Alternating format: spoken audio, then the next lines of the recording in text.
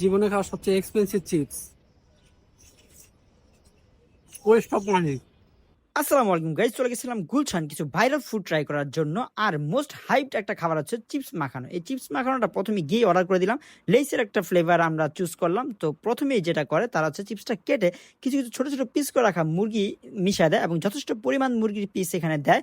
তারপর হচ্ছে তারা সসেস, কিছু মুরগির কিমা, কিছু পরিমাণ ধনিয়া পাতা, পেঁয়াজ, টমেটো, সবশেষে কাঁচামরিচ দিয়ে তারা চানাচুর দিয়ে দেয় বেশ পরিমাণে।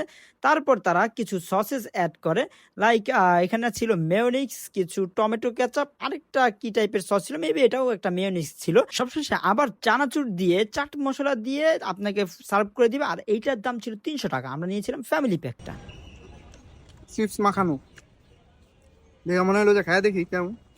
দাম কিন্তু সেই 300। যেরকম আহামরি পাচ্ছিলাম কিছুই না, তার চেয়ে 20-25 টাকার চিপস কিনা খাওয়াই ভালো।